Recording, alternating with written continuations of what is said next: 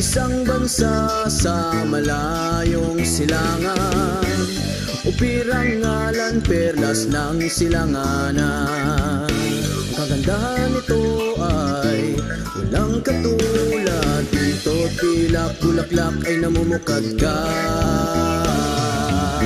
Bagong upir, bagong tayo ay aahon sa mga dayuhang umalipin noong unang panahon. Tumindig ka, inulat ang iyong mga mata, panahon na sabi ng abayahawa. Hello po sa ating lahat mga ka-Operians. Welcome pong muli sa ating talakayan ng Torah at Tipan. At sa lahat po ng ating mga subscribers, mga tagapakinig, saan man kayo naroroon, mapagpalang araw, hapon o gabi sa inyong lahat. Samahan niyo kaming muli sa pagpapatuloy ng ating pagtalakay sa aklat ni Propeta Jeremiah.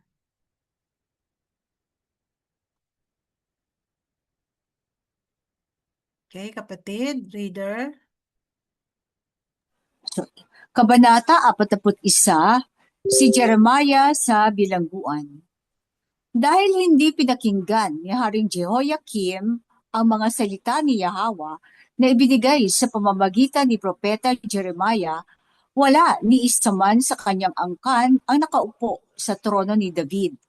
Sa halip, si Sedekiah na anak ni Josiah mula sa sambahayan ni David ang ginawang hari ni Haring Nebuchadnezzar ng Babylon, kapalit ni Jehoiachin na anak ni Haring Jehoiakim.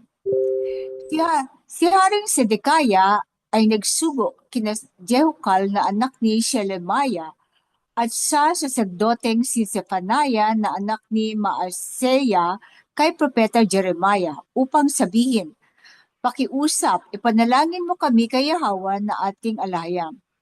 Siguro, anuhin ko na rin yun. No? So dito, si Sedekiah ang pumalit kay Jehoiakim. Kasi si Jehoiachin ay dinala na sa Babylon. Tapos itong ito sa halip na si Sedekiah na nag-Jerusalem. Okay. Si Sedekiah kasi si Haring Nebuchadnezzar ang nagawang hari sa verse 2. Ginawang hari ni Haring Nebuchadnezzar ng Babylon, kapalit ni Jehoiachin na anak ni Haring Jehoiakim. So si Jehoiachin ay dinala ni Nebuchadnezzar sa Babylon kasama yung nanay ni Jehoiachin. Tapos si Haring Nebuchadnezzar ay naglagay kay Sedekiah. Kaya si Sedekiah tumagal ng 11 years bilang hari ng sambahayan ni David. Yun nga lang, nagkaroon ng nagrebelde siya sa hari ng Babylon na si Nebuchadnezzar. Siguro ibang maaring anak na ni Nebuchadnezzar, Nebuchadnezzar II na yun. Kaya lang hindi natin ma-verify sa Torah. Kung hindi natin kung i-google natin maaari, pero sa Torah hindi nasusulat. Tapos nung hari na si Sedekiah, isinugo niya si Jehukal.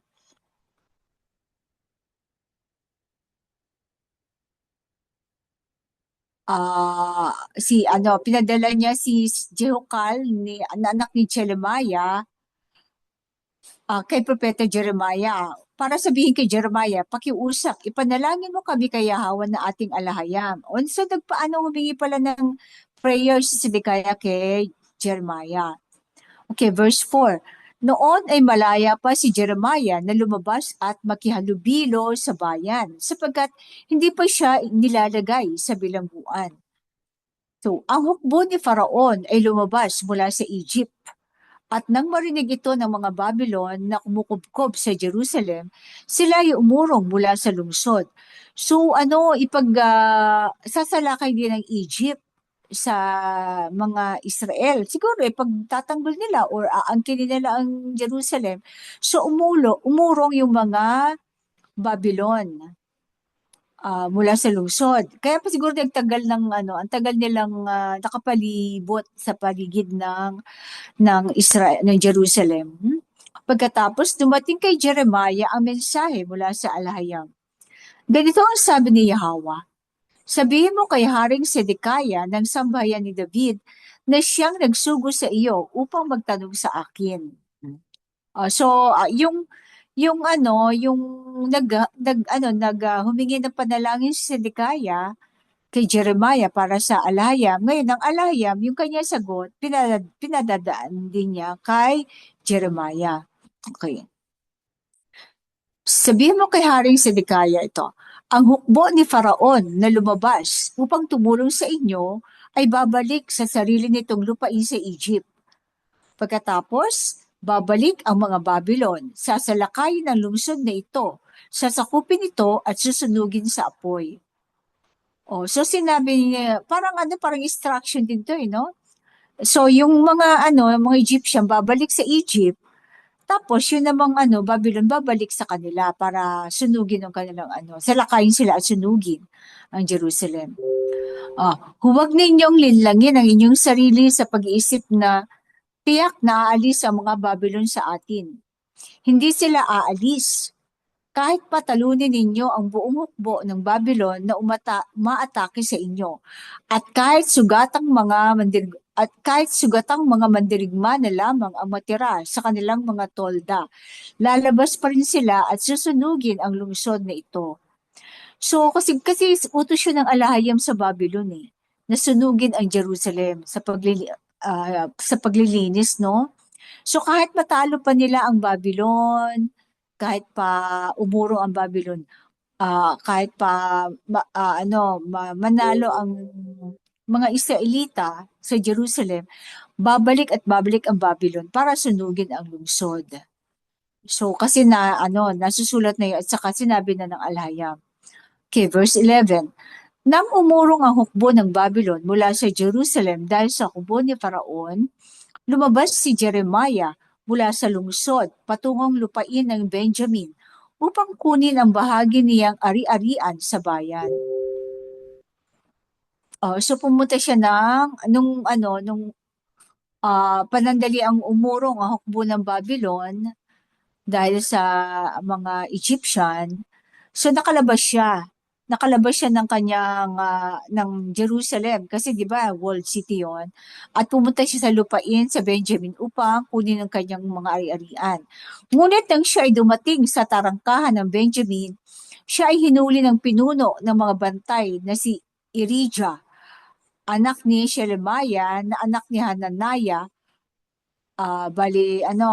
Apo ni Hananiah si Irijah, at sinabi sa kanya, tumatalikod ka sa mga Babylon. Kasi ang Benjamin is loyal sa mga Babylon. Siguro hindi yung mga guardian doon ay loyal sa Babylon, hindi sa Egypt, no? Tumatalikod ka sa Babylon. Akala nila tumatakas si Jeremiah. Sumagot si Jeremiah, hindi totoo, hindi ako tumatalikod sa mga Babylon. Ngunit ayaw makinig ni Irijah. Sa halip, hinuli niya si Jeremiah at dinala sa mga pinuno. Galit na galit ang mga ito kay Jeremiah, kaya't siya ay pinalo at ikinulong sa sambahayan ni Jonathan na kalihim na ginawang bilangguan.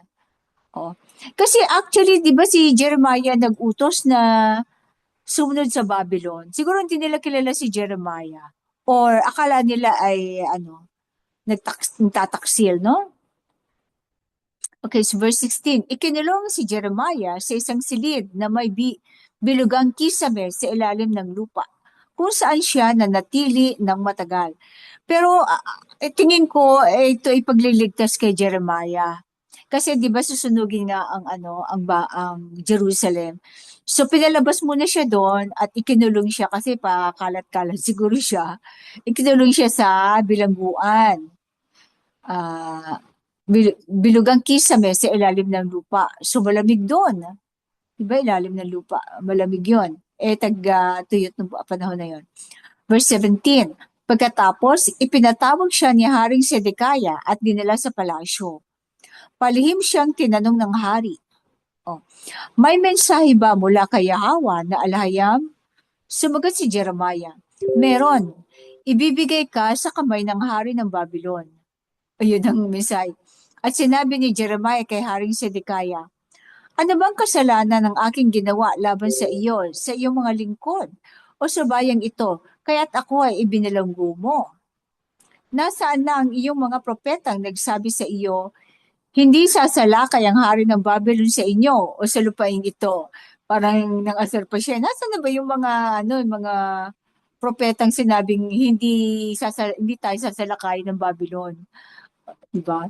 Bakit mo akong ibinalanggo? Ngunit ngayon, aking mahal na hari, pakinggan mo ang aking pakiusap.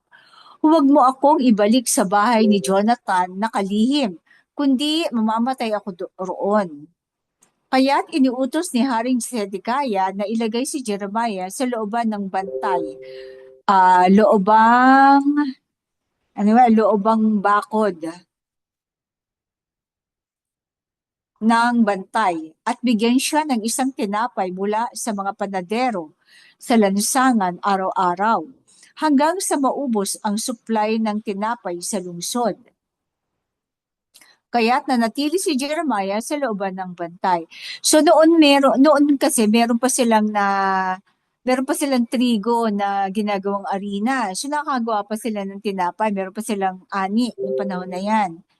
Hanggang maubos ang ani, maubos ang trigo at wala nang maibigay na tinapay. Pero so mga ilang buwan din siguro 'yun, no? Tumagal din siya sa loobang bakod ng mga gwardiya. Okay. May mga katanungan po ba kayo o reaction? So, tignan mo ha. Sinabi na ni Jeremiah kay Haring Sedekiah na ibibigay siya sa mga taga-Babylon.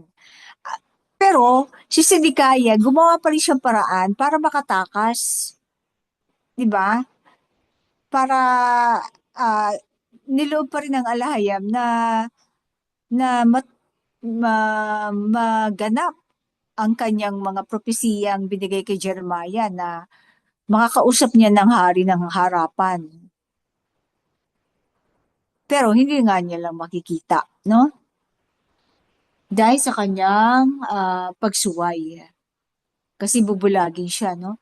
So, kahit pa nagbigay na ng kasi 'di ba alalahanin natin, ang sabi naman sa Hero, ang mga propesiya ay instruction. So kung pinoprophesy na ni Jeremiah na si Haring Sedekiah ay kukunin, dadalhin sa Babylon, dapat sumunod na lang siya, huwag na siyang nagmatigas pa, no? At tumakas pa, nagtangkang tumakas. So kung ganon, balik sa'yo, ay si Salty pala. Balik sa akin ulit. Okay. Meron kayong mga karagdagan, mga kapatid, o tanong, o reaction, Sis Dalia? Tama naman sis yung discussion mo. Kasi ang purpose talaga dito ng alahayam ay protektahan si Jeremiah. At saka ibigay ang instruction ng alahayam, no? Oo, at ginamit ang Babylon para linisin ang Jerusalem. Kasi sobra na ang Oo. Masyado ang na contaminate na sa kanilang mga idolatry. Oo. So, balik tayo sa Kabanata 42. Okay. Si Jeremiah ay inihulog sa balon. So, nasa siya ngayon, di ba? Nasa loobang bakod ng gwardya. Okay. Verse 1, narinig ni Shephatiah na anak ni Matan, Gedaliah na anak ni Pashur, Jehukal na anak ni Shelemiah at Pashur na anak ni Malkijah ang sinasabi ni Jeremiah sa buong bayan. So ilan yun? 5? Shephaniah, Gedaliah, Jehukal, Shelemiah at Pashur. Si Pashur tong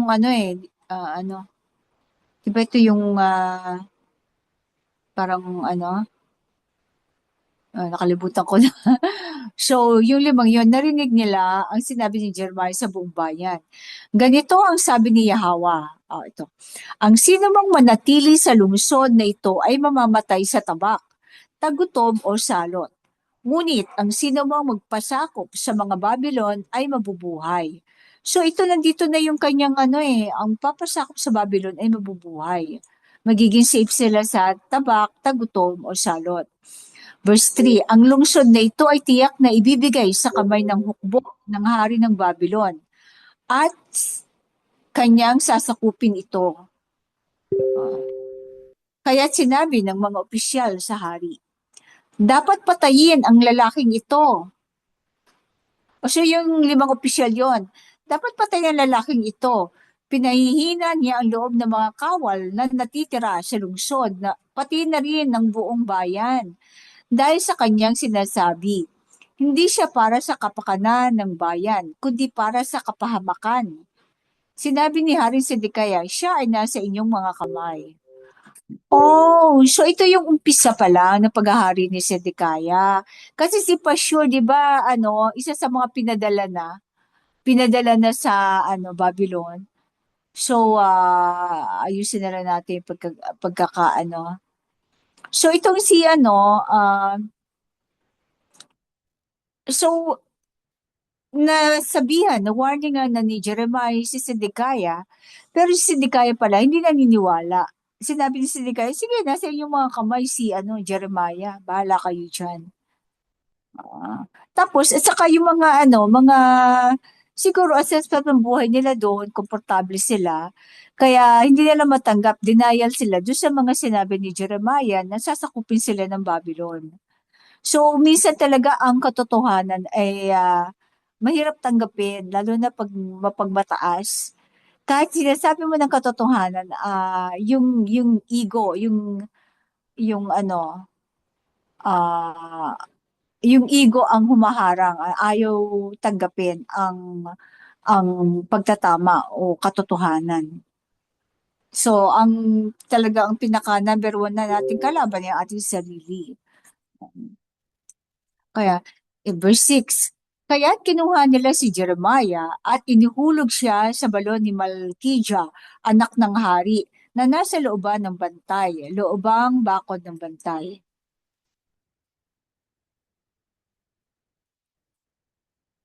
Okay.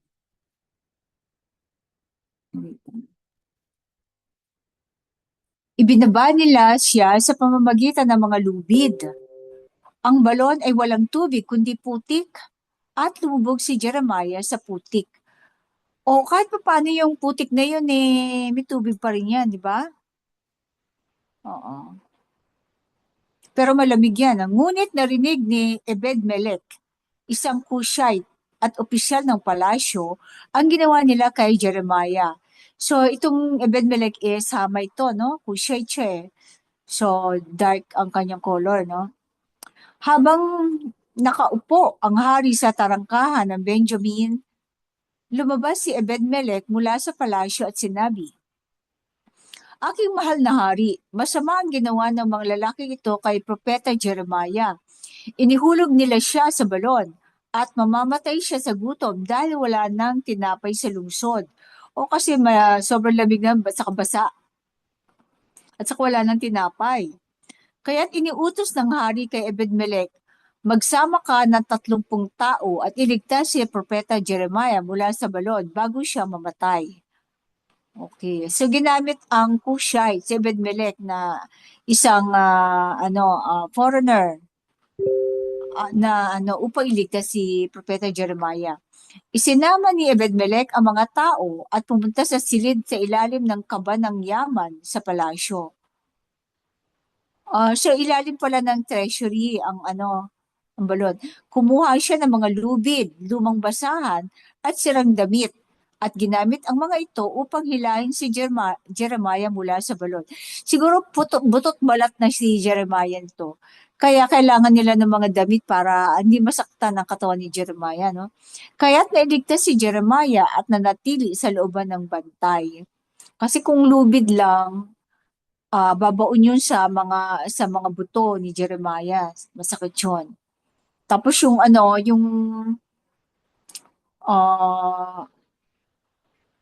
siguro itong si Sedekaya natakot sa limang pinuno na nagsumbong sa kanya. Siguro natakot siyang ano, dahil alam na niya na maaring kunin siya. Naghahanap siya ng kanya makakakampi in case na kunin na siya ng Babylon. So, parang binigay na niya si Jeremiah sa limang opisyal. Muling kinausap ni Sedekiah si Jeremiah. Muling ipinatawag ni Haring Sedekiah si Jeremiah at dinala siya sa ikatlong pasukan sa templo ni Jehovah. So ito secret, siguro palihim siyang nagkukonsulta kay Jeremiah. Ayaw niyang ipakita sa mga opisyal na na sumasangguni pa rin siya kay Jeremiah. Sinabi ng hari sa kanya, tatanungin kita tungkol sa isang bagay. Huwag mo akong paglihiman. Sumagot si Jeremiah, kung sasagutin ko, hindi mo ba ako papatayin? Kahit bigyan kita ng payo, hindi mo rin naman ako pakikinggan. Ngunit sumumpa si Haring Sedekiah ng palihim kay Jeremiah. Kasing tiyak ng si Yahweh ay umiiral na nagbibigay sa atin ng hininga. Hindi kita papatayin ni ipapahamak sa mga naghahangad ng iyong buhay. So secret pa, no? Ayaw niyang masabi na sumusumpa siya sa propetang baliw, no? Kaya sinabi ni Jeremiah kay Sedekiah, ganito ang sabi ni Yahweh na ating alahayam. Kung susuko ka sa mga opisyal ng hari ng Babylon, ikaw ay mabubuhay at ang lungsod na ito ay hindi masusunog. Ikaw at ang iyong pamilya ay maliligtas.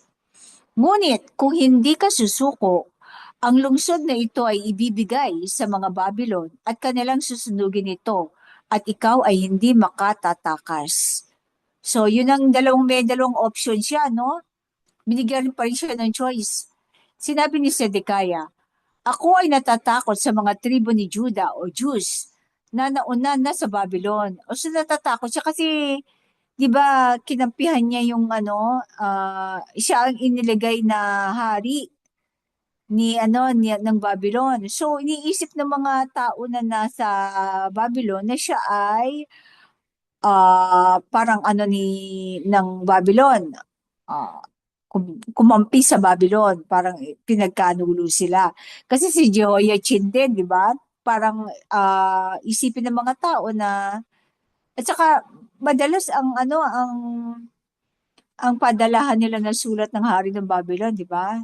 So isipin na tumalikod sila sa kanyang mga kababayan. So natatakot pala siya, yun kaya pala. Baka ako ay ibigay ng mga taga-Babylon sa kanila at ako ay pagmamalupitan. Natatakot siya sa kapwa niya Israelita, mga kapwa niya Hudyo. Ngunit sinabi ni Jeremiah, hindi ka nila ibibigay. Sundin mo si Yahweh sa pamamagitan ng aking sinasabi sa iyo at mapapabuti ka at maliligtas ang iyong buhay. Okay. Ngunit kung hindi ka susuko, ito ang ipinakita sa akin ni Yahweh. Ang lahat ng babaeng natira sa sambahayan ni David ay ilalabas at ibibigay sa mga opisyal ng hari ng Babylon. O ibibigay sa mga opisyal, o basta mapapangasawa ng mga At sasabihin ng mga babae sa iyo, nilinlang ka nila at nilupig ka ang mga pinagkakatiwalaan mong kaibigan. Kasi di ba kinaibigay nga yung mga Babylonian. Ang mga paa mo ay lubog sa putik, iniwan ka ng iyong mga kasama. Ang lahat ng iyong asawa at anak ay ilalabas at ibibigay sa mga Babylon. Ikaw mismo ay mauhuli ng hari ng Babylon at ang lungsod na ito ay masusunog. So yun ang propesya na ni to, nilinlang ka nila at nilupig ka ng mga pinagkakatiwalaan mong kaibigan, hindi ang mga. Di ba? Saan? Ito, Verse sa 22. Kasi may dash. Alisin na yata. ang mga so dapat nang. Oo. Alisin na natin yung dash. Ah. Tapos nang, ayun. Nilinlang Sige. ka nila at nilupig ka ng mga pinagkakatiwalaan mong kaibigan. Sige. Sino yung pinagkakatiwalaan niyang kaibigan? Yung 5 bang namumuno o yung mga Babylonian? Di ba yung mga opisyal niya din? no, pinagkakatiwalaan niya. Okay. Parang ano, no? Mm, Yung mga Okay. kabinete niya siguro. Oo. Parang to save their own lives, Oo. isinuko siya, no? Pinagkanulo siya ng mga kabinete niya O para baka naman, iligtas ang yung sarili kaibigan, nila. baka naman ang kaibigan na sinasabi dito, yung mga Babylonian. Kasi kukunin din siya. Eh, di ba nagsusulatan sila ni Haring Nebuchadnezzar? At Hmm. saka si Nebuchadnezzar ang naglagay sa kanya sa trono bilang hari ng siya ang kumbaga, inappoint siya sa halip na si Jehoiachin. Si Sedekaya ang nilagay doon, kapatid ni Jehoiachin. So iniisip nila, kaibigan niya, ang mga Babylonia, pinagkanulo niya ang kanyang mga kababayan. Kaya siya natatakot sa mga kapwa, Jerusalem, Judah sa Babylon. Diba? Hmm. Okay, verse 24 tayo. Sinabi ni Haring Sedekaya kay Jeremiah, huwag mong ipaalam kanino man ang pag-uusap nating ito. Baka ikaw ay mapatay. O tinakot pa siya ni Sedekaya. Kapag narinig ng mga opisyal na kinausap kita at tinanong kanila, ano ang sinabi mo sa hari at ano ang sinabi ng hari sa iyo? Huwag mo itong ililihim sa amin o papatayin ka namin. Sabihin mo sa kanila, nakiusap ako sa hari na huwag akong ibalik sa bahay ni Jonathan upang mamatay roon. So takot din ang hari din sa kanyang mga ah, opisyales, no? Kasi inisip nila, meron na siyang meron na siyang reputasyon na ang tawag doon, ah, traidor, di ba? Kaya't nang dumating ang mga opisyal kay Jeremiah at tinanong siya, sinabi niya sa kanila ang lahat ng iniutos ng hari. Kaya't wala na silang sinabi pa, sapagkat walang nakarinig sa pag-uusap nila. Pero duda pa rin yung mga tao, no? Kaya't nanatili si Jeremiah sa looban ng bantay hanggang sa araw na masakop ang Jerusalem. O sa loobang ah, bakod ng bantay. Ah, hanggang sa araw na masakop ang Jerusalem. Meron kayong mga reaction. So yung Egyptian ay alam ko kasi ang Egypt natalo din yan eh. Ibang hindi Babylon ang nakatalo diyan. Basta nag-campaign din sila at natalo sila kaya umurong din sila sa Israel. Siguro nagpalakas ganyan. Siya namang pagbalik ng Babylon. Okay, kabanata 43 tayo. So, take away ko lang dito sa pag sinabi na ang katotohanan at hindi mo pinaniwalaan, ay may consequence, no? Yung sarili mong takot o paniniwala. Kaya nga meron tayong Torah para maging gabay natin. Kung wala sa Torah, pero pag nasa Torah, yun ay gabay. At saka yung mga itinama ng mensahero. Kasi ang mga Biblia na nasa mga corrupted na corrupt na ay nagbibigay ng kalituhan sa mga kawan. Kaya ang pinakamabuti ay itong Torah na itinama na mensahero na ipinadala ng alahayam. So, sa akin naman sis, napakahalaga ng pagtitiwala doon sa nagsasabi o yung nagsasalita. Kasi kung kinikilala nila na propeta si Jeremiah, paniniwalaan nila yung kanyang sinasabi. Oo. Pero kung Kinukonsulta nga ng hari no? hindi mo kinikilala na propeta siya, hindi ka magtitiwala sa kahit anumang sasabihin niya. Sa bagay. Kasi isa din yan sa paglilinis. Kasi Oo. hindi patitigasin ng alahayam ang puso mo kung hindi kanya tinatanggap. O huwag ka maniniwala dyan. Kaya nga patitigasin ko sis, puso. di ba tayo, dahil wala na ang mensahero, parang napakahirap na nilang pagkatiwalaan kung ano man ang sinasabi natin dito. Kasi hindi naman tayo propeta, di ba? Oo. So, mahirap sila magtiwala. Kaya ang sa atin lang naman, itong discussion natin, ay ayon ito sa ating pagkaunawa nung tayo ay magkakasama pa ng mensahero. Oo. At saka dito sa Torah din, sa Torah rin naman tayo Oo, natuto, sis, di ba? oo. At Kaya saka, kumbaga, nabuo ang storya, oo. tagpi-tagpi natin. At kung ano naman ang nakasulat dito sa Torah, yun lang naman din ang ating pinag-uusapan at ini-interpret, ang lalo na kung ito ay naaayon sa kapanahunan natin. Oo.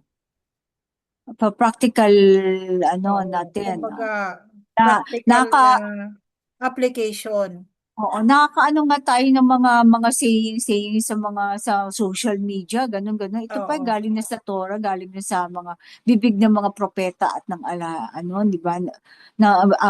Salita ng alayam na pinadaan sa mga propeta. Hindi pa natin pakikinggan or sasaliksikin. Mabuti pa yung mga sabi ni Sigmund Freud, yung mga ano, kung sinong mga presidente, mga sinabi na gano'n, di ba? Bilib na bilib tayo, mga sayings na ni Pablo. Pero yung mga propeta talaga na pinadala ng mensahero, hindi ba natin na sasaliksikin kung anong sinabi talaga, di ba? Puro oo. mga gospel is mga paparazzi lang yan, di ba? Sabi ng mensahero, paparazzi ang nasa gospel. Pero kung sinabi na ano na, pero paparazzi yan, pero buo ang storya kasi ilan yan? Tatlo, apat. Di ba na pare-pareho halos ang Oo. sinasabi. So, kung may magpagkakaiba man, ayun ay naayos na naman si Hero. So, May napanood ako kanina na pinorward ng priest na yung kaibigan ng Pangasinan na nasa Cavite. Ang inano niya, pinost niya doon na yung panalangin ng Mesaya ay iba ang ano, kumbaga mayroon nag-decode na iba ang kahulugan na yung sumasalangit ka, ang langit daw lang daw doon ay hindi ang tinutukoy ay hindi ang trono ng alahayam. ano pala?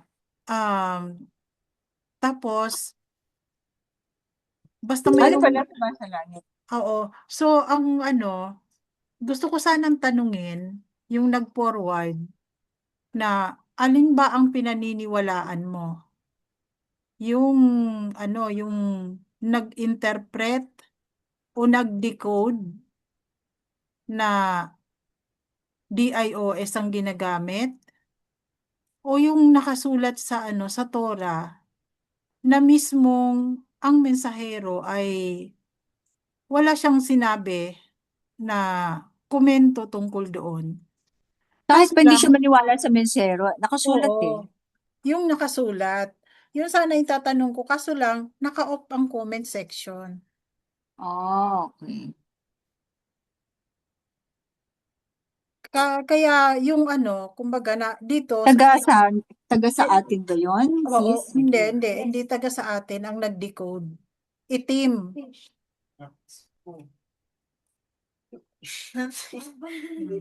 So, yung pinag-uusapan kasi natin dito na mahalaga yung integrity ng tao na nagsasalita. Kaya naman napansin ko kanina dahil ang nag-forward nito ay isang priest o saserdote na dati nating kasamahan. So kung pino-forward na ito, ibig sabihin pinaniniwalaan niya to. Nasa yung sacerdote yun? Nasa Cavite. Na kaibigan ng Pangasinan. Kaibigan ng dating yung kaibigan doon ng Pangasinan. Oh, ay nasaan Cavite pala? ng Ano Norte. yung sinasabi niyang sumasala? Saan yung langit niya? Ayun nga, ang sinasabi nung nagsasalita na nag-decode na hindi ang trono ng alahayam ang tinutukoy ng langit. Ano pala? Na ang nagsasalita doon sa panalangin na yon ay ang parang demonic spirit, ganon. So sabi ko, ibang klase to ah. Hindi, I mean, saan daw yung langit? Nasaan pala? Kasi di ba may mga, maraming langit, di ba? Heavens. So, wala daw doon sa tinutukoy na yon na ang langit, ang trono ng alahayam. Mm. Tapos Saan pala? gusto ko sanang i-share, wala ding share button. Ano ba 'yun? Sabi ko. Nadaan lang sa wall ko kanina.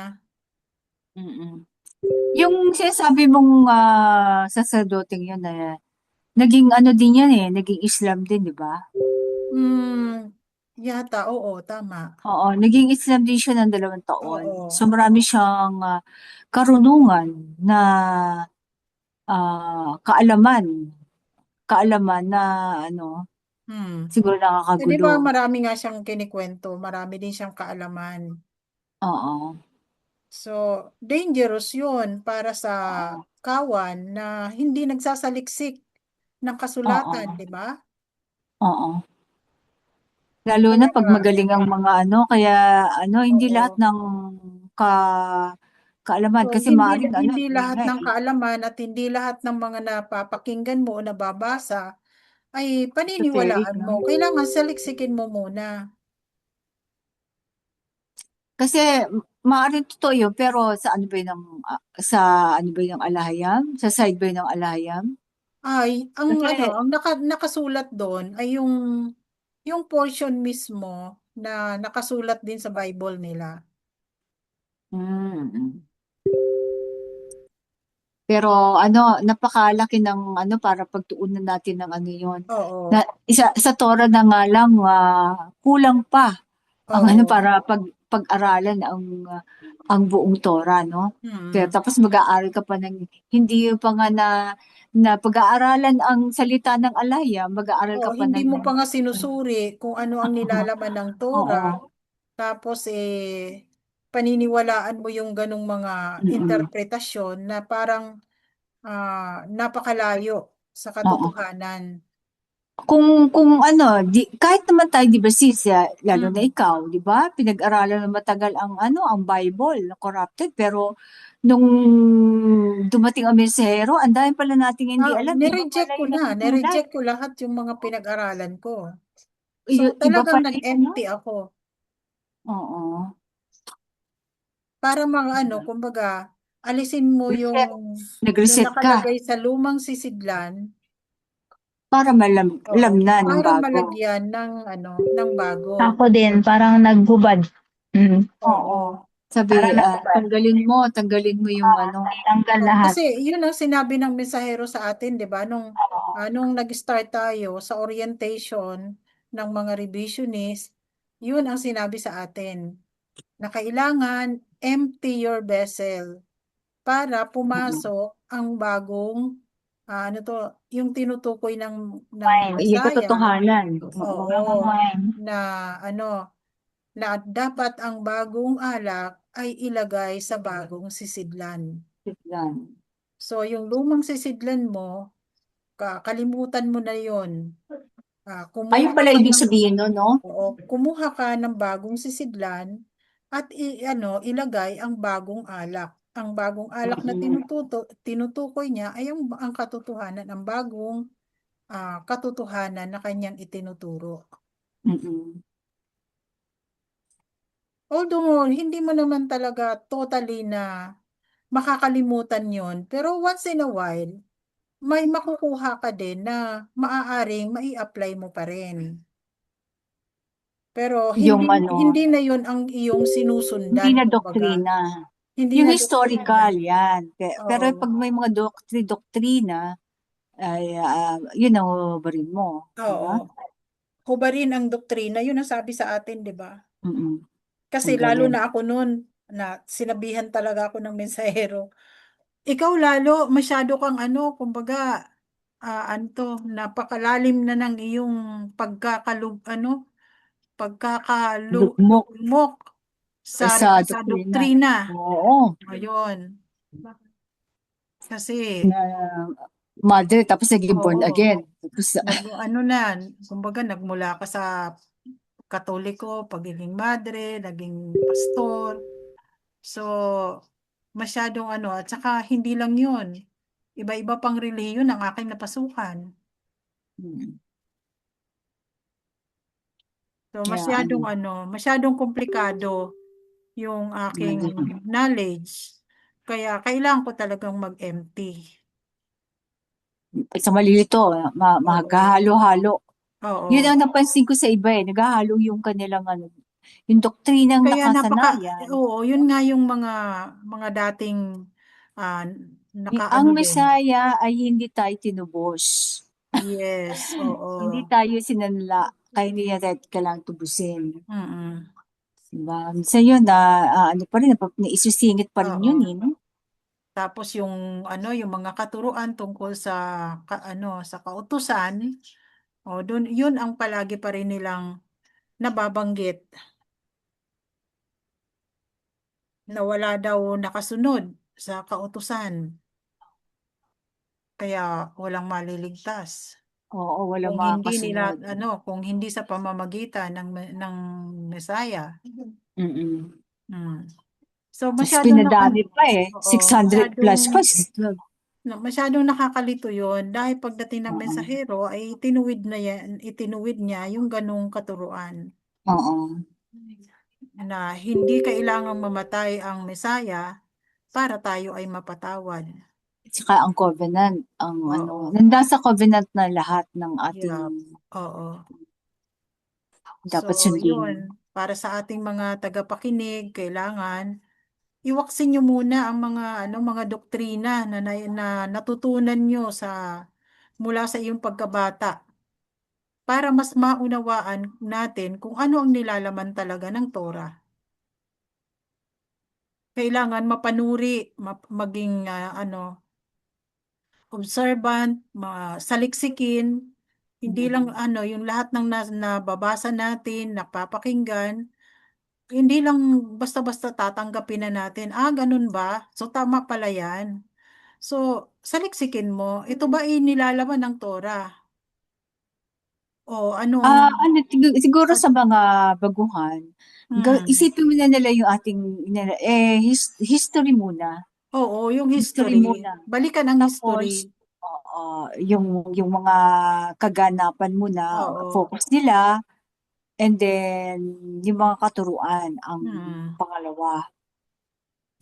Balik-balikan na lang nila. At saka oo. instructions, di ba? At yung integrity din ng mensahero. Kasi sa kanya lang naman natin talaga nalaman ang lahat ng ito.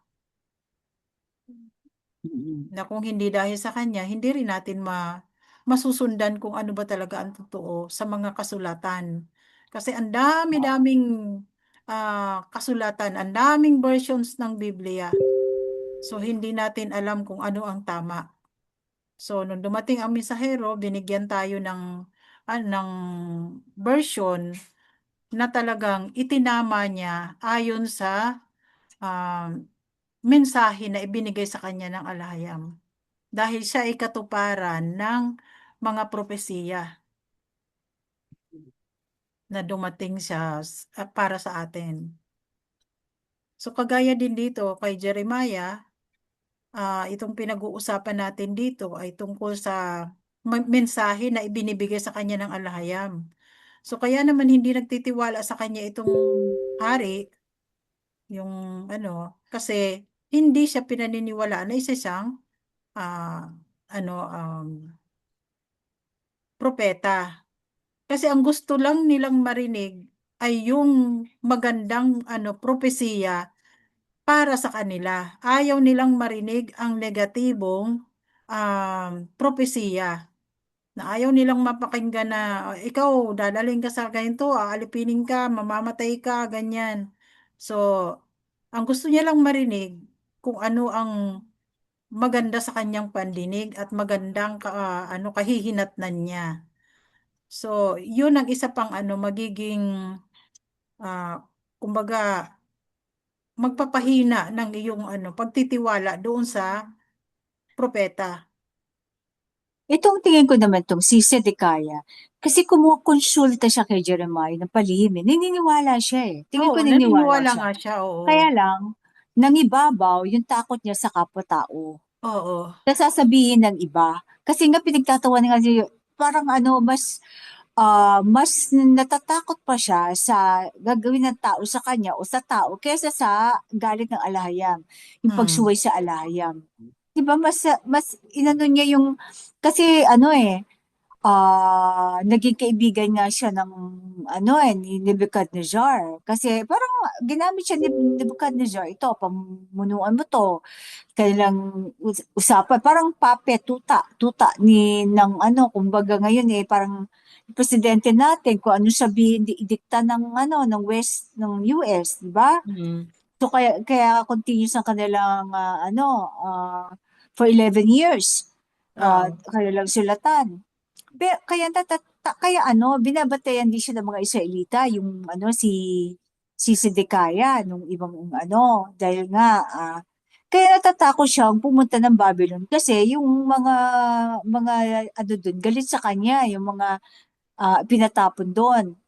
At natatakot din siya doon sa mga gagawin sa kanya ng mga ah, hindi niya alam kung sino ang loyal sa kanya. Actually, kasi siya mismo ay nag-traitor. Oo. Diba?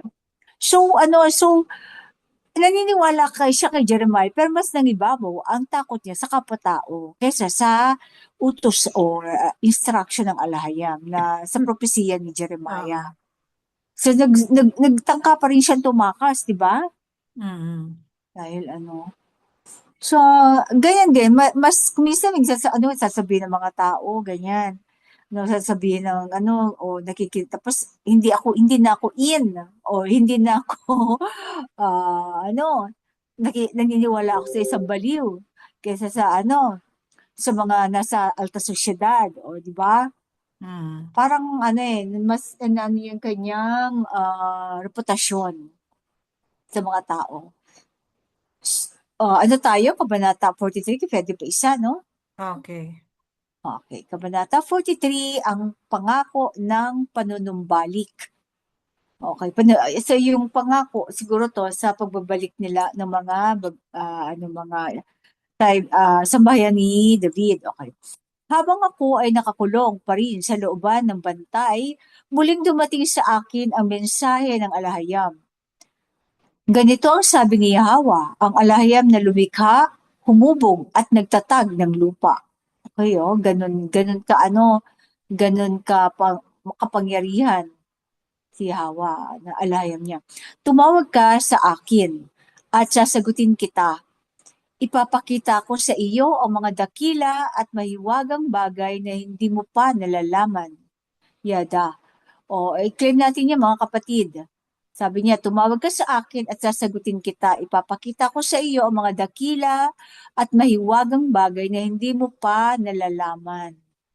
Kaya hingin natin, tumawag tayo sa kanya. Mga mahiwagang bagay na hindi pa natin nalalaman. Pagkatapos, wasakin ang palasyo ng hari ng sambahayan ni David at gamitin ito bilang panangga at sandata sa pagkipaglaban sa mga Babylon. At pagkatapos mapuno ng bangkay ang mga Israelita ang mga bahay ng lungsod na ito, yaong mga napatay ng espada ng mga Babylon. At pagkatapos ko ring itago ang aking mukha sa lungsod na ito dahil sa lahat ng kasamaan nito, muling dadalin ko ang kagalingan at kaginhawaan dito. Napakahaba, kilometric. So magaganap muna ang pagkawasak ng palasyo, magiging panangga at sandata sa mga taga-Babylon ang mga gamit kasi 'di ba maraming shield tsaka ano ang palasyo ng mga pinagawa ni Solomon noon. Yaong mga Lagyan natin ng ano dito, sambayan ni ah, David, kama, at gamitin at ito bilang gamitin ito bilang panangga panangga at sandata sa pagkipaglaban sa laban mga sa Babylon.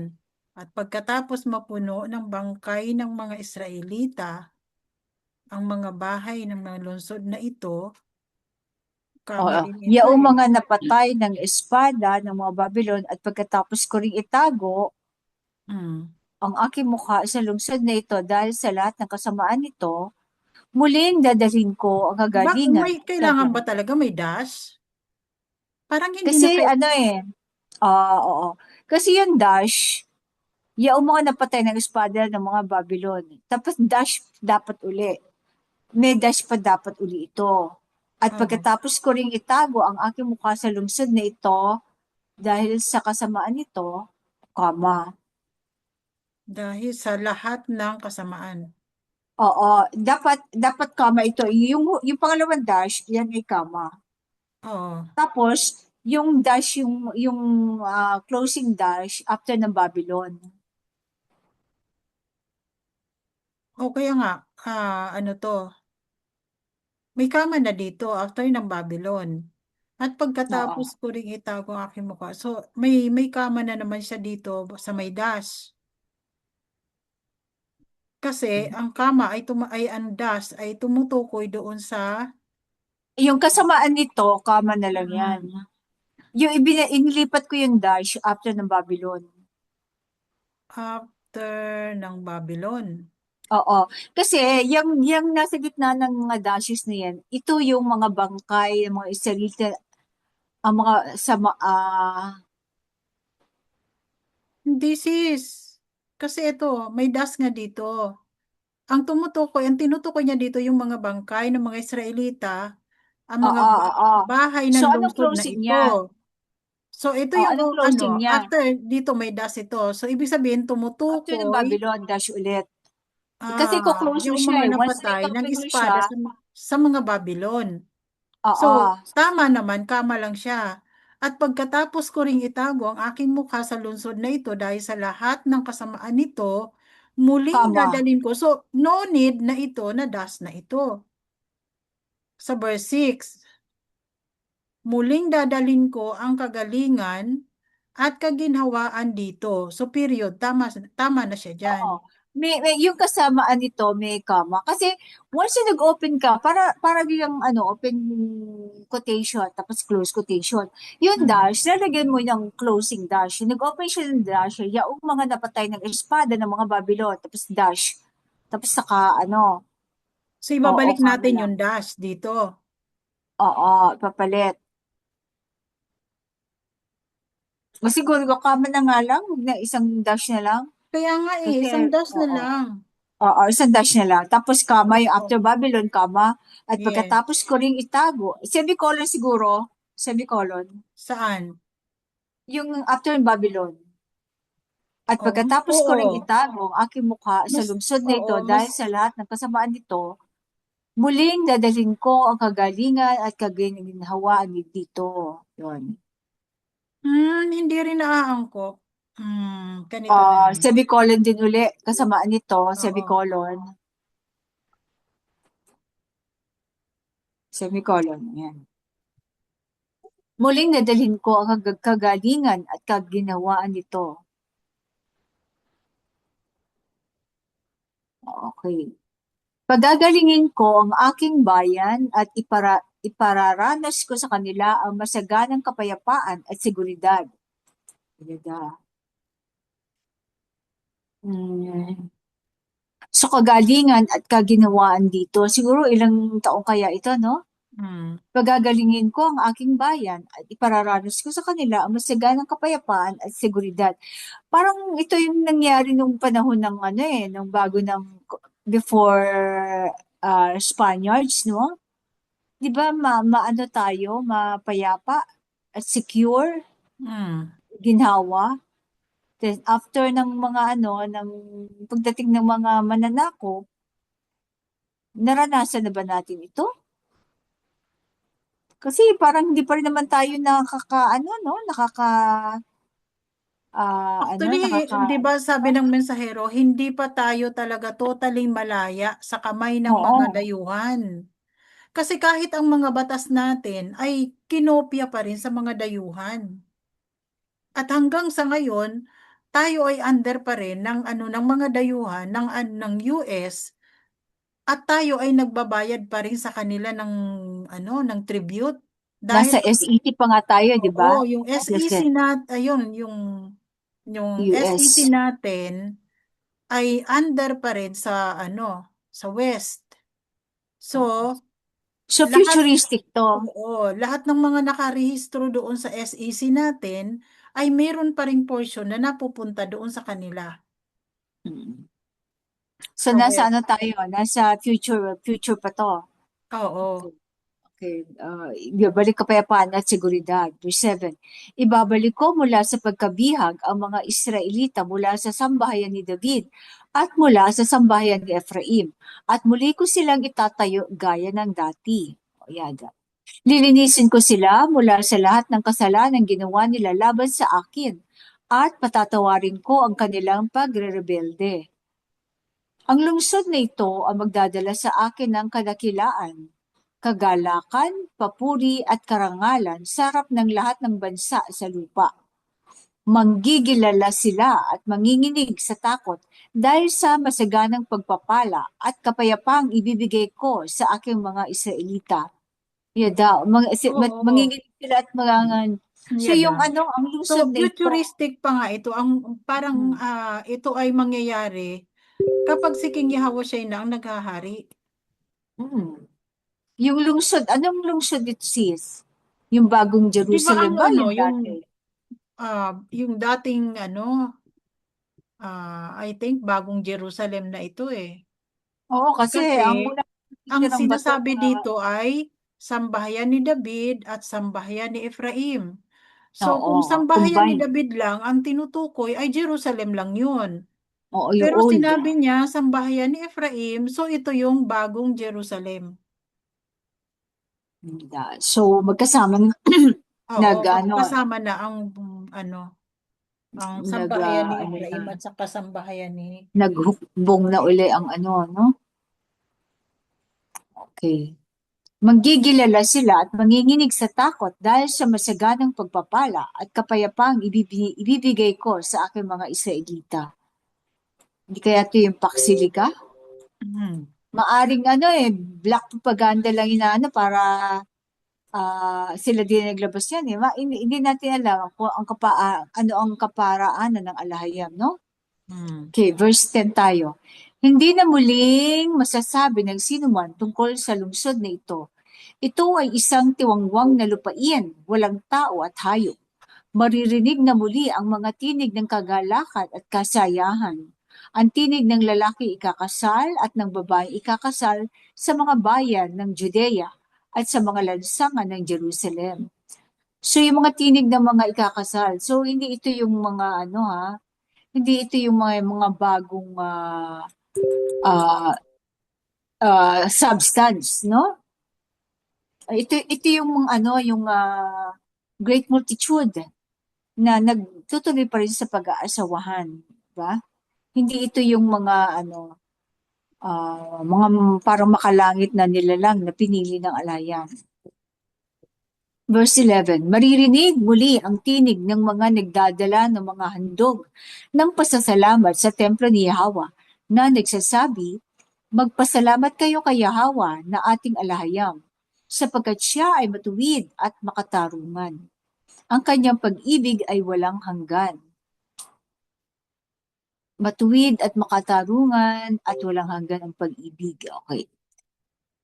Sapagkat ibabalik ko ang kasaganaan ng lupa tulad ng dati, ang mga wasak na lugar sa lahat ng bayan ay muling magiging pastulan ng mga pastol upang pagpahingahan ng kanilang mga kawan. Mga nawasak na ay magiging pastulan. Ibig sabihin, sasagana uli, ano? Yung mga pastol siguro, mga datu-datu ito, barangay, no? Verse 13.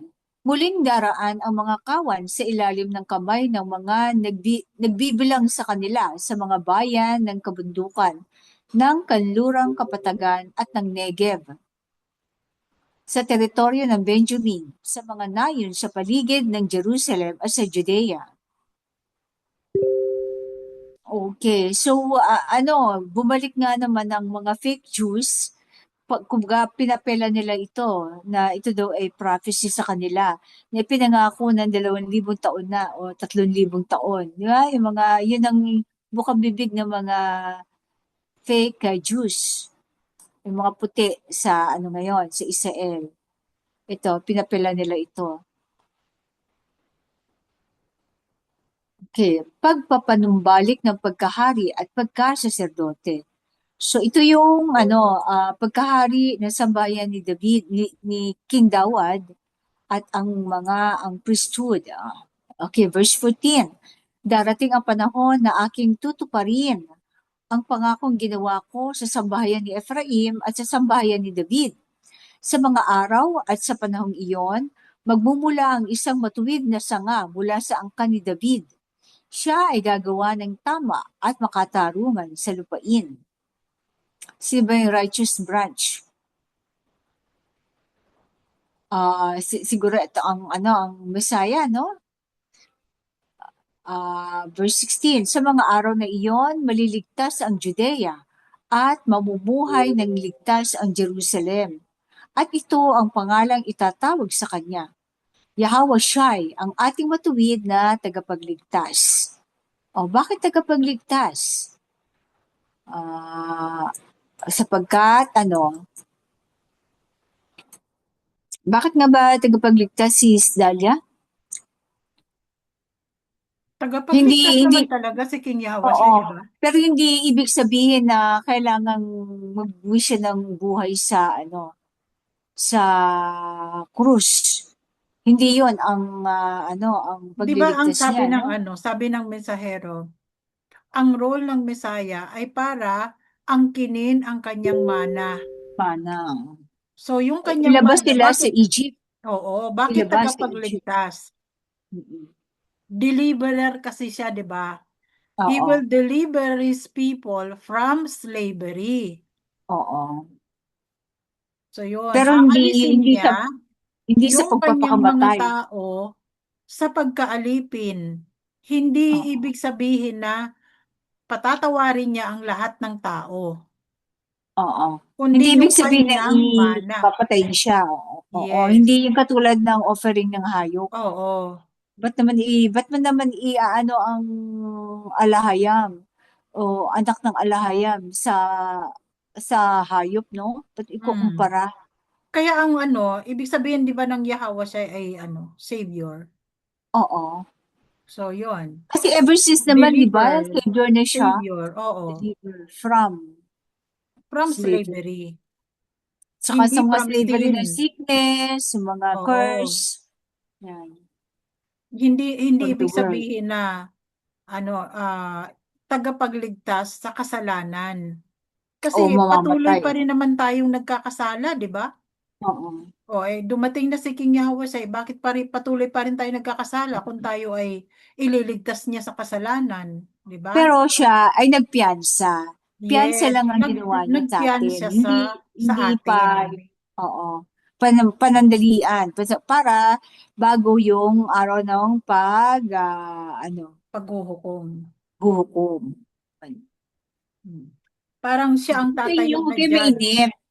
Oo. Kasi alam ko na umpisa na ngayon ang paghuhukom eh. Inumpisa na. Mm. Kasi yung mga salot at saka mga mga digmaan kasama yan sa paghuhukom. Okay, Yahweh siya ang ating matuwid na tagapagligtas.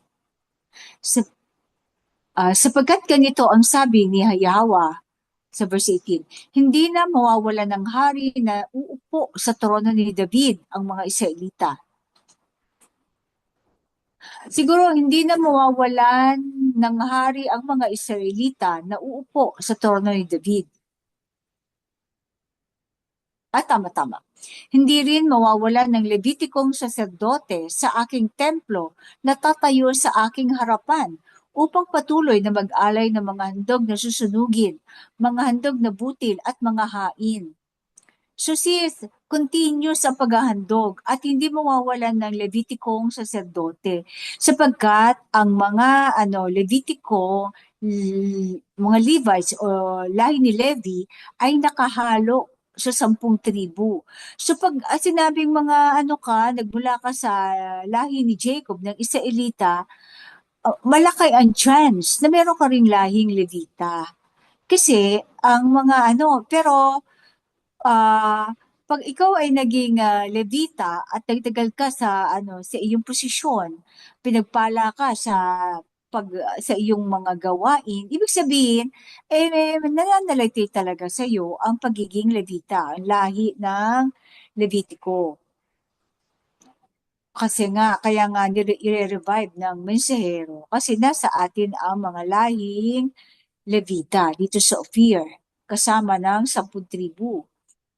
At hindi mawala ng trono ni David. Sino bang upo sa trono ni David?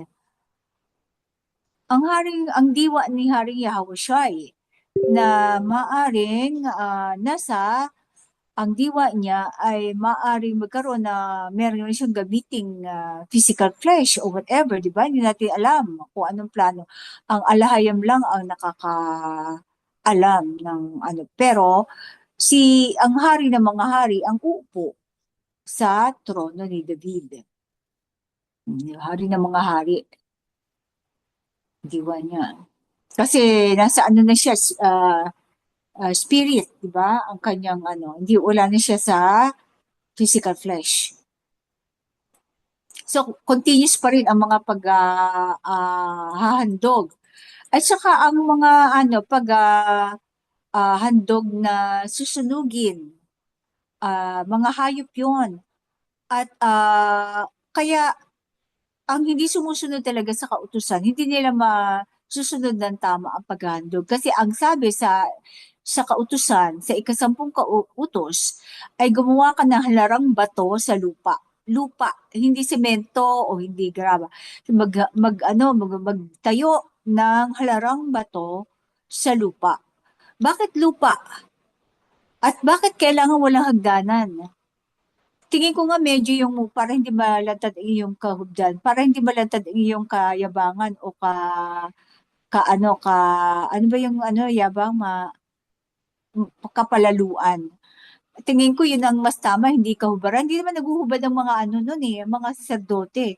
Wag, hindi malantad ang iyong kapalaluan. Kasi pag naglagay ka ng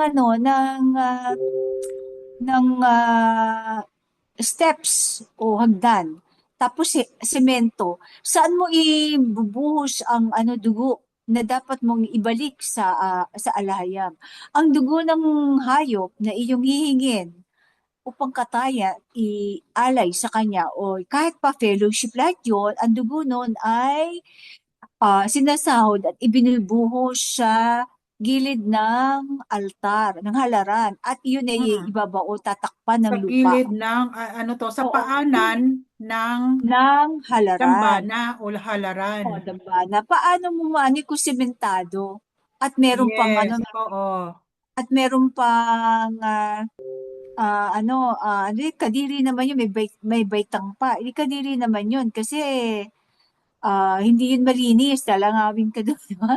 Kaya kailangan talaga ibabaon sa lupa, tatakpan ng lupa. Ang gagawa nun ay mga Levita. Pero ang saserdote talaga o ang supposed to be nag-aalay. Kahit ano pang yan, ay ibinabalik ang dugo. Kasi ang dugo ang nagdadala ng buhay. Hindi tama yun na iwiwisik siya doon sa mga bato ng halaran. Kasi ang instruction ay ibubuhos sa paanan ng dambana ang dugo at tatabunan ng lupa. Oo. Diba? Ipapalibot, pwede mo sa palibot. Yung paikot, Paikot ng paikot basta ng kailangan sa lupa. basta nasa lupa. Kaya hindi ang winiwisik, ang winiwisik ay langis. Oo, Ano yan. langis. At ang pagwiwisik ay ginagawa for consecration. Hindi pag-aalay. Ang pag-consecrate, ibig sabihin ay Yung pagtatalaga. tinatalaga mo ang isang bagay o lugar para sa Oo. alahayam. Ikinoconsecrate mo siya para sa Mm. gawain. Isineseparate mo siya sa ordinary. Yes. Ginagawa mo, pinapabanal mo ang bagay na yon, ganon. At saka Langis, kasi, hindi eto iba kailangan yung Oo. kailangan natin linawin ito sis kasi ang pinalitan ng mensahero, yung mga nakasulat doon sa mga corrupted version na kailangang iwisik ang dugo sa mga bagay na banal. Sis, Sabi, matagal kong oo. nagtagal ako sa parting yan eh. Kasi, Oo. ah, yung ginulo nila, pinagpalit-palit ng ng kirot, tapos yung mga tinanggal sila, na ang winiwisik yung yung halaran, yung altar doon, altar of incense, na nasa Oo. loob ng tent of meeting. Lahat doon winiwisikan ng oil, hindi dugo. Kaya O nga. Kaya oil. nga ang Kaya nakasulat, oo, yung oo, nakasulat kaya kasi sa corrupted kinurot kami, version ay oo. wiwisikan ng dugo. So sabi ng mensahero, bakit dugo ang iwiwisik dito? Madi-defiled lalo itong Oo, mga kagamitan na ito na mga mabaho yun. itinuturing na banal. At Mabaho yun, babaho uurin. yun. Oo. Biruin mo mga linen na damit, wiwisikan mo Oo. ng dugo, anong Mm. mangyayari, di ba? At So, saka nung nandito yung mensahero, hindi naman siya mm, nagpahid. Langis yes, ang pinahid niya never sa siyang mga gumamit ng sacerdote. dugo kahit doon sa pagkukonsecrate niya sa mga pari, di ba, sa mga priest. Langis. Oo, langis ang kanyang ginamit at hindi dugo. So, ito yung malinaw na pinalitan ng mensahero na hindi winiwisik ang dugo sa paghahandog, kundi ibinubuhos sa paligid ng halaran at tatabunan ng lupa. Kaya nga, kailangan ang halaran ay nakatayo sa lupa. Walang hagdan at Yes, lupa ang walang hagdan. palibot. Mm. Tapos yung nandun sa ang iba kasi, ang altar kasi, sa atin, dalawa, dambana, or, kasi may altar of incense, may altar ng pang-offering, birth offering, di Oo. ba? May altar of incense. Incense yung yun ang binibisikan ng oil, yung altar of incense. Hindi lahat ng altar, may altar, yun ang yun, sabi ko, talagang ginugulo talaga nila ang Torah. So, talagang gusto nilang ma-defile. Kasi Mm. kung susunod ka talaga dun sa nasusulat sa Bible, corrupted Bible, talagang defilement ang gagawin mo. Ba't mo naman lalagyan Oo, ng dugo ang mga defilement. linen? Ba't mo lalagyan? Mm. Kasi yun kasi ang oil na yun ay may antiseptic, antimicrobial, at saka mabango. Mm. At saka mabango yun. May mga spices na kasama. Kaya special ang yun, ang oil na yun. Parang scent yun. Kaya na pabango yun, na ayaw ng alam, nagagayanin para sa pansariling gamit. So kaya ah, talagang kinurap nila ang Torah. Buti na lang nag-discern na mensahero, no? At saka na si Ayos. Okay, isa tayo. Walang hanggang tipan kina David at Levi. Okay. Muling dumating ang mensahe ng alahayam sa akin. Ganito ang sabi ni Yahweh, kung mababali ninyo ang aking tipan kay David at ang aking tipan kay Levi sa araw at gabi, upang ang araw at gabi ay hindi na dumating sa kanilang takdang oras, saka lamang maaaring mabali ang aking tipan kay David na magkaroon ng tagapagmana sa kanyang trono, at ang aking tipan sa mga Levita na maging mga saserdote. Okay. Kung wala na daw araw at gabi, at hindi na dumating sa kanilang takdang oras, noon pa lang mababali ang tipan ng pagiging hari ni Haring Dawat at ang pagkasaserdote. So, kanina sumikat ang araw, tapos dumilim na naman, lumubog sa kanyang takdang oras. So far, meron pa rin mga magiging saserdote at may uupo pa rin Hanggat hari may sa araw, trono. 'di ba? Oo. Hanggat may araw at gabi, ay Mm-mm. magpapatuloy ang kanyang tipan. Oo. Kay So, David at saka kay David. last time I checked, sumikat ang araw kanina at di madilim na. So, nandyan pa rin, meron pa rin tatayong saserdote. Pero yun nga lang, may mga nagpa-baptize. So, nawala na yung ng mensahero, yung kanyang consecration sa taong yon. At saka yung meron pa ring hari na nakaupo, actually nakaupo ang diwa ng alahayam, 'di ba? Sa ating sa mga kanyang kawan. Ngunit ang mga magmamana sa trono ni David ay gagawin kong aking mga lingkod, at ang mga Levitikong saserdote na naglilingkod sa akin ay pararamihin ko na kasindami ng mga bituin sa langit at ng buhangin sa dalampasigan. Ganon kadami ang saserdote, ganon kadami ang mga Israelita. Kung kasing dami ng kung paano ang dami ng mga Israelita, ganon din ang dami ng saserdote, ano? Hindi mo ba napapansin ang mga taong ito na nagsasabing, tinanggihan na ni Yahawa ang dalawang kahariang kanyang pinili? Hinamak nila ang aking bayan at hindi na itinuturing na isang bansa. Oo. O sabi ng mga tao, tinanggihan na daw ang Israelita. Hindi maaari yun kasi forever ang tipan ng alahayam sa mga Israelita, di ba? Okay, verse 25, kung hindi ko itinatag ang aking tipan na hindi mababali gaya ng araw at ng gabi, pwede ko sanang itakwil ang mga anak ni Jacob o Israel. At hindi ako pipili ng isang hari mula sa lahi ni na Abraham, Isaac at Jacob. Ngunit ibabalik ko ang kanilang kasaganaan at kaaawaan ko sila. Parang may pinutol dito, no? Ibig sabihin, ang alahayam ay very faithful sa kanyang tipan sa atin.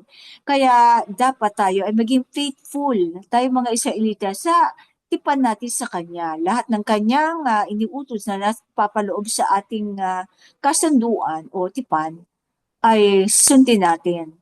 At matutupad sa atin ang kanyang propesiya, kasaganaan at peace o kapayapaan. So meron binigyan tayo ng free will. Hindi ba natin ang kanyang tipan o susuway sa kanyang tipan? Ganyan lang naman, dalawa lang naman, no? Ang choice natin. Buhay na walang hanggan, nakapiling siya, o kamatayan. Buti kung yung mabuti pa ang mamatay kaysa yung mabuhay ng walang hanggan sa naglalagablab na dagat-dagatang apoy, no? Pero syempre ang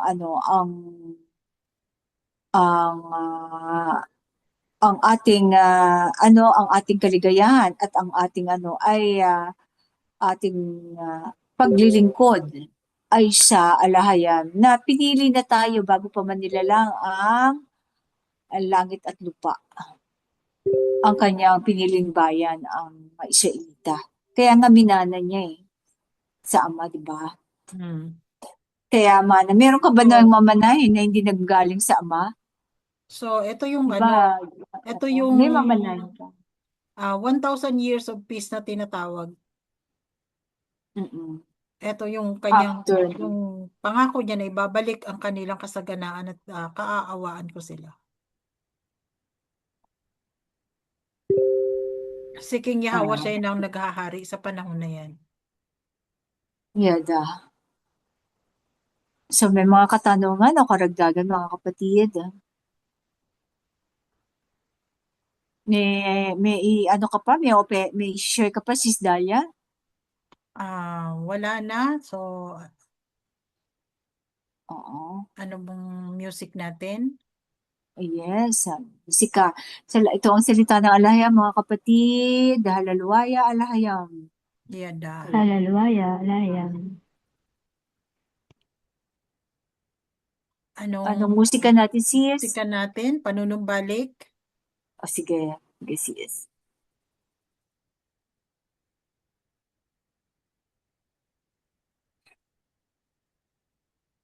Salamat mga kapatid. Be blessed. Shalom. Okay.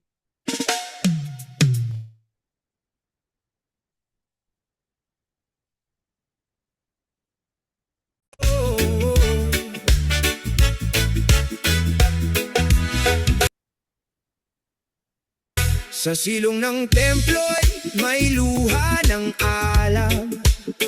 Yamang ang tagapaghanday na wala sa kanyang lakad.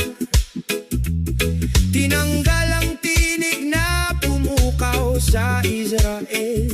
Nilimas ng kadiliman ng kanyang sagradong wika't dangal. Bumalik ang pariseo, sinungaling ang tala.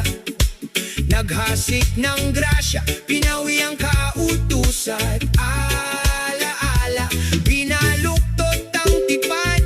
Sinira ang kasulatan at binansagang maraas yaong mga katuruan.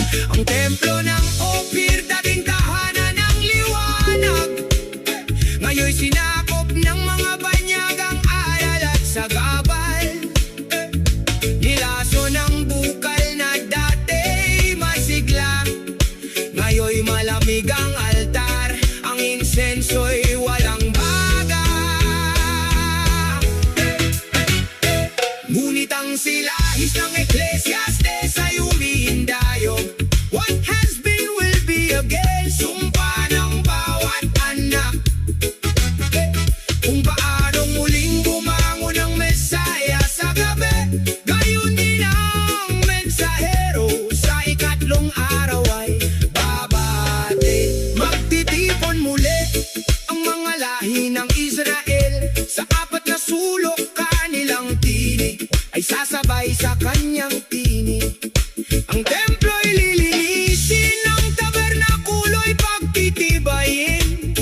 Sa gitna ng panahoy, may pag-asang darating. Sa mga puso naming umaasa't nananabik, ang tagapagpanumbalik ay darating na may panite. Isusulat niyang muli ang batas sa mga puso at isip, at bubuuin ang sambayanan mula sa tuyong bukid. Bangon, Ophir, mula sa basag mong sisidlan, apagkat ang iyong liwanag ay hindi tinagunan.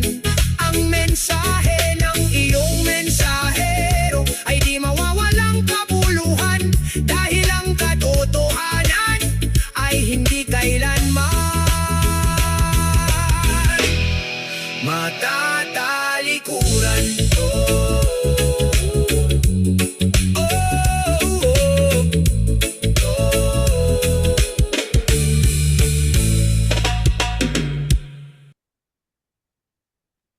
Yan. Yada.